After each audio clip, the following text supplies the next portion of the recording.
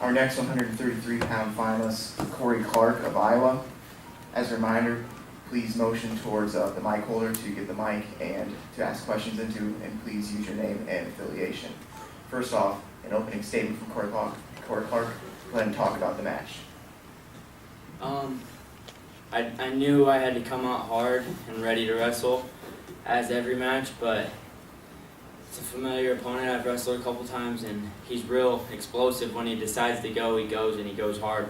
So you got to be ready at all times because he's real quick, like the snap of a finger. He can be in on you, and he finishes quick. So I just knew I had to be ready to wrestle, extra ready. Jim Nelson with the Waterloo Cedar Falls Courier. Cory, you look back, I'm sure there's a lot of things going through your head in that last 30, 40 seconds. When you escaped 6-3, are you thinking you got to stay in strong position, thinking back to the duel? It's a good point.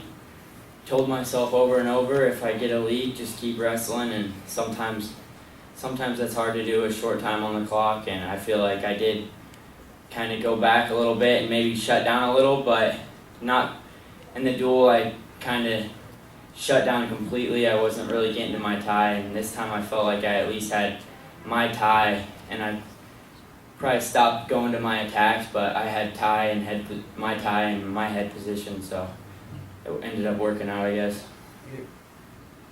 KJ Pilcher with the Cedar Rapids Gazette. Things looked like you kind of stepped things up a little bit when you got that reversal in the second period. Was that maybe a little bit of a wake-up call that you had to push the pace a little bit? Yeah, I came out looking to score first, and he got the first. I wasn't able to score in the first period. Fought off a good leg attack, and then when he got that reversal, it was really time to go. Which, whenever I'm on bottom, I'm always usually pretty quick to my feet. So, I mean, maybe it was a little bit of a wake-up call, or maybe it's just me continuing to wrestle. Chad likes to go to Des Moines Register. Were you aware of what happened to Gilman right before you went on the mat? Yeah, I heard. Terry told me Gilman got pinned, and at first, my first instinct was I was a little bit shocked and kind of like blew me off my feet for a second. But then I just took a breath and just rushed it off my mind because I can't be thinking about those things. I mean, that type of stuff happens. I mean, you wrestle on dual teams your whole life. That's stuff like that happens before you go out, and you can't let it affect you. Cody Goodwin, Daily Iowa, and that reversal in the third to put you up 6-2. He got on that shot. What did you see? What was going through your mind down on the edge? With like when I got the reversal off of his shot.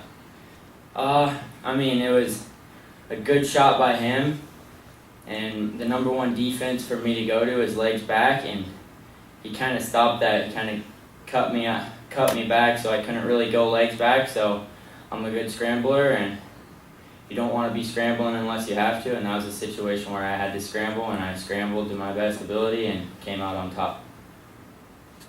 KJ Pilcher with the Cedar Rapids Gazette. You're moving on to the 133-pound finals, just like Ramos did a year ago. Does that mean anything to you to be following in his footsteps, and has he had any influence on your development at all? Yes, definitely. I mean, we were roommates.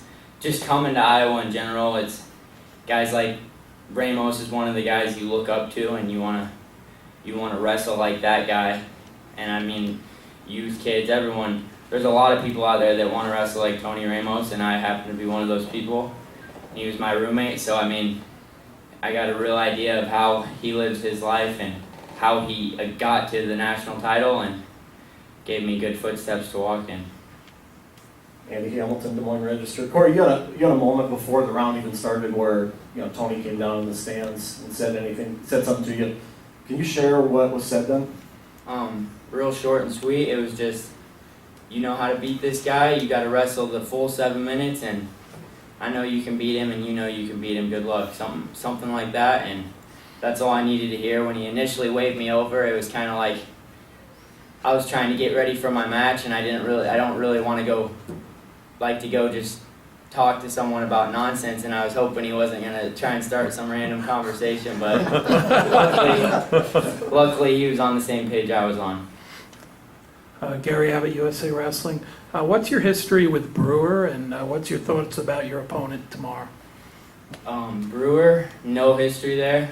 We've never wrestled. Almost positive on that. And I mean, thoughts on him? He's obviously a tough wrestler. He's in the national finals. I haven't really watched him a whole lot. I feel like from score-wise, I feel like he's been dominating guys, and I mean, doesn't really worry me or scare me because I know in order for me to win a national title, I got to wrestle at my very best, and I'm sure he's thinking along the same lines. So, should be interesting. We'll see what happens. Final questions for Cory Clark. Okay, one more up in front here. Chad likes to go again. You chose before the year to jump up to 133. Do you feel like, when you had that in mind, is this sort of the end point you had in mind when you decided that? I'm the type of competitor that hates losing and I always want to win. So my coaches have told me, and I've told myself, whatever weight I decide to go, I'll be competing for a national title. If I'm not in the finals, I mean, I'll do my best to put myself in a position, and I feel 25 it was a lot of ups and downs that year, and I mean this year's had ups and downs, so kind of similar years but different years. So, but yeah, once I made the move up, I wasn't gonna go from thinking I can win a title at 125 to just moving up just to wrestle for fun or whatever. I was moving up to go for a title as well. Thank you, Cory.